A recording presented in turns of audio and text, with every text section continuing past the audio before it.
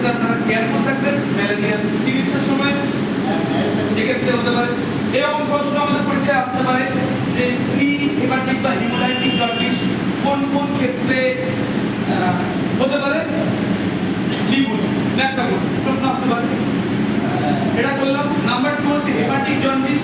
এর দুটো ভাগ, একটা হচ্ছে বাই মাইক্রো অর্গানিজম, বাইরের কোনো জীবাণু দ্বারা এফেক্টেড হয়ে, আর 2 নম্বর হচ্ছে অটোমেটিক বাইরের জীবাণু, যেভাবে দাদা বলছিলেন এইচসিভি, এইচভিএফএজি, হেপাটাইটিস ই, ডি, এ, তার মধ্যে কোনটা সেফ, যেটা অটোমেটিক হয় সেরে যায়, হেপাটাইটিস এ অটোমেটিক হয় সেরে যায়, কিন্তু বি, সি এগুলো হচ্ছে ব্লাড রিলেটেড, ব্লাড রিলেটেড হলে এগুলো ছাড়বে না, গ্রহণ করতে হবে।